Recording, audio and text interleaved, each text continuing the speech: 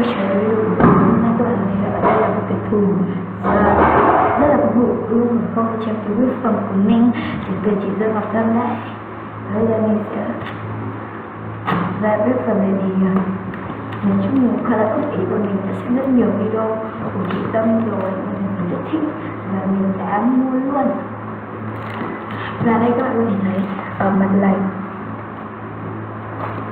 đây ở mặt này có một tờ giấy, đây tờ giấy này ghi nè Vietnam Sports, và ở đây có những món hàng mà mình đã mua như là 2 gói màu cộng 1 set 12. Nói chung là mình không đọc được cái chữ nên chỉ biết thực sự không phải là xấu, nhiều người không đọc không quen cái chữ như vậy. Và bước vào đây cái giá là 548.000. Và bây giờ chúng ta sẽ cùng khui ra nha. Và bộ phận này thực sự rất là nặng, nó phải hơn nặng là 1,2 kg, hơn gần 3 kg luôn đó mọi người. Mình mơ rất là mờ, rất là nặng. Và mình sẽ cắt nhé. Wow. Và đầu tiên mình thấy ở đây đó chính là đất sét. Mình có mua chỉ là khai bịch đất sét trắng để làm sao. Ok, mình là cái bịch muỗng này là thực phẩm. Ủa các bạn nhìn thấy không nào? Đây ba bịch đất sét này đã mình để mình chỉnh cho máy quay. Ok, các bạn thấy không? Một bịch muỗng, 3 bịch đất sét và 2 bịch màu, còn rất là nhiều trong đây. Một bịch này kim tuyến này.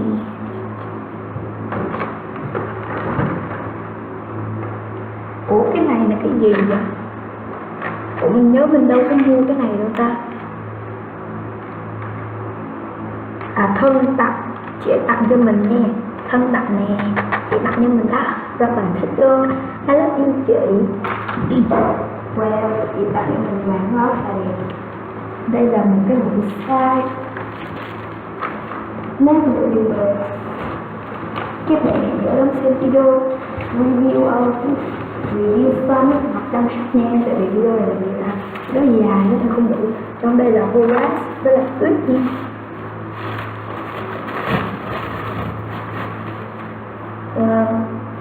Cái tuyết đó nó bị chạy ra. Cái này là gì vậy? Cái này mình muốn mua là 200 gram slow. Đây mua rock này được snow luôn. Ok, nhưng mà nó hơi bị chạy, nó hơi bị ấy luôn. Cái là lúc ở đây chính là borax này. Mình mua rất là nhiều. Đây là chai activator. À đâu cho kêu trong. Oh my god, còn trong đây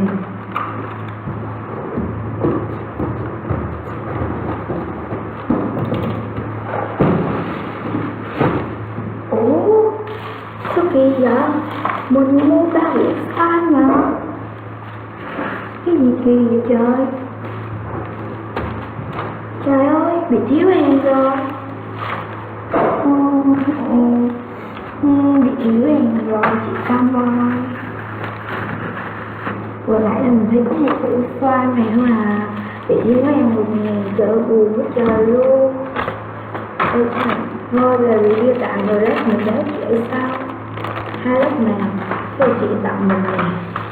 Đây mình sẽ, đây là 2 kg keo nha, 2 bịch nha, 2 kg. Rồi bây giờ mình sẽ để mình bỏ rẹp xuống, xong cái mình review cái bữa xoan cho các bạn cùng xem nha. Ở đây trên cái bữa xoan mình sẽ cắt ra review luôn. Chứ lúc đầu thì mình nghĩ là mình mua 3 hũ review sẽ không thích gì như nào. Nên là mình đã mình nhớ là mình mua nhiều lắm người ta, 3-4 hũ xoan người ta. Buồn quá trời. Đồng chí đã được cho mình một cái hũ mới.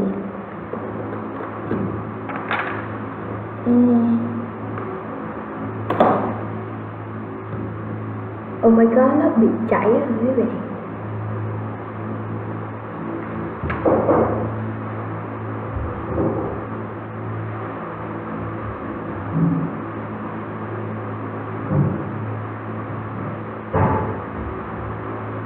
Ok, và đây sẽ là chai dung dịch làm đông. Mình sẽ cho dung dịch làm đông vào đây ha. À đâu, đây là chai dung dịch ở miệng của mình pha sẵn để mình làm xoang á.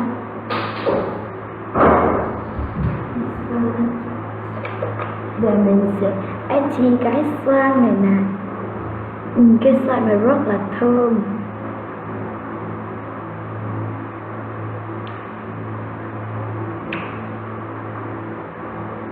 Mình cảm thấy khá là buồn khi mà hàng này bị gói thiếu.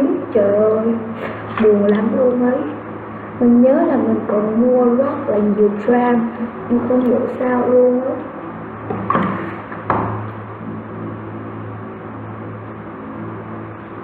Bây giờ mình mới nhớ ra là hàng còn thiếu rất là nhiều luôn các bạn ạ. Mình còn mua rất là nhiều tram nữa cơ. Với lại mình còn mua là hình như mình mua tổng cộng tất cả là 3-4 hộp xoang cơ, chứ không phải một hộp đâu. Trời ơi, tại sao có lại chuyện này xảy ra ta? Khá là buồn quá. Nhưng mà không sao, để tí nữa mình sẽ lên và inbox lại về chị ấy nha. Shop của chị Tâm thì bán hàng khá là ok, khá là giá khá là ok, khá là dễ. Nhưng cái đơn này thì mình cảm thấy kiểu là không phải là không hài lòng, mà kiểu là chị ấy bị giao thiếu, mọi người giao thiếu hàng. Cái bún này thì mình không thể nào mà nề và hét ra được, tại vì nó bị dính đó mọi người. Rồi da mình thì nó không có mùi gì hết, và nó thơm một cái mùi của keo sữa, thơm mùi keo sữa mọi người. Mình thì kiểu là mình ngửi quen rồi á, nên là cũng không có gì. Nhiều bạn không ngửi quen của mùi keo sữa thì sẽ không thích cái mùi này một chỗ nào luôn đấy. Da thì rất là, da của chị ấy mình thấy là rất là bạc cơ. Là mình sẽ ở dưới đây còn rất là nhiều nước activator, nên mình sẽ thắng những nước activator là vô xoang.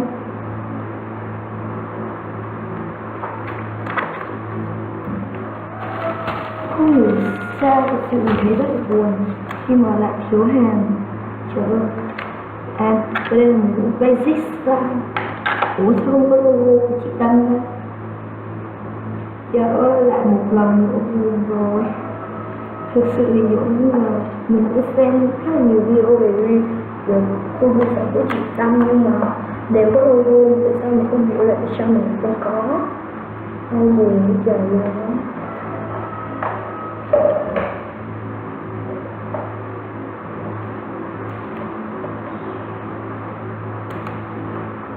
Chất fan đặc luôn, và nó còn được trang trí bởi những cái cối freezer, những cây cầu vồng nữa nè.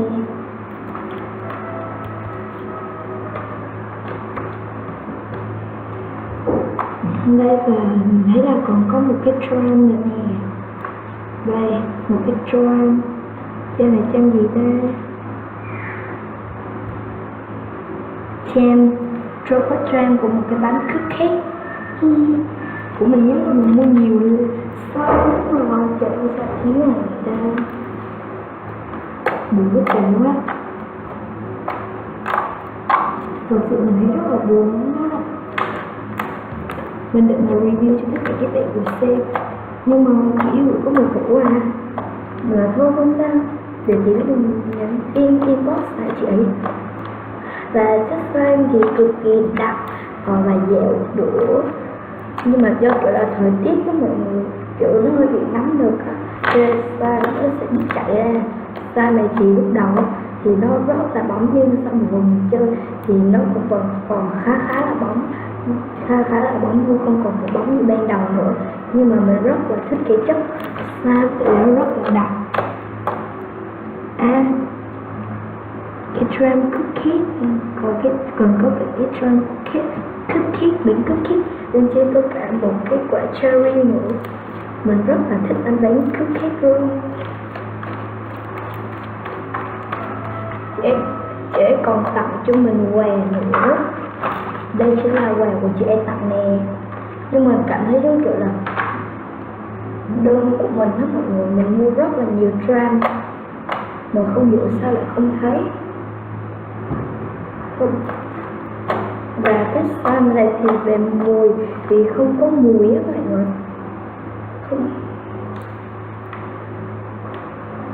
không phải không có mùi mà là nó có thơm cái mùi của mùi sữa tắm đó mọi người. Đúng rồi, thơm một cái mùi sữa tắm và mấy cả mùi cao sữa nữa mọi người ạ. Nó hai cái mùi mùi sữa tắm với mùi cao sữa nó kiểu là nó trộn vào ngọt với nhau á, tạo cái mùi thì cũng khá là ok, không phải là quá khó chịu.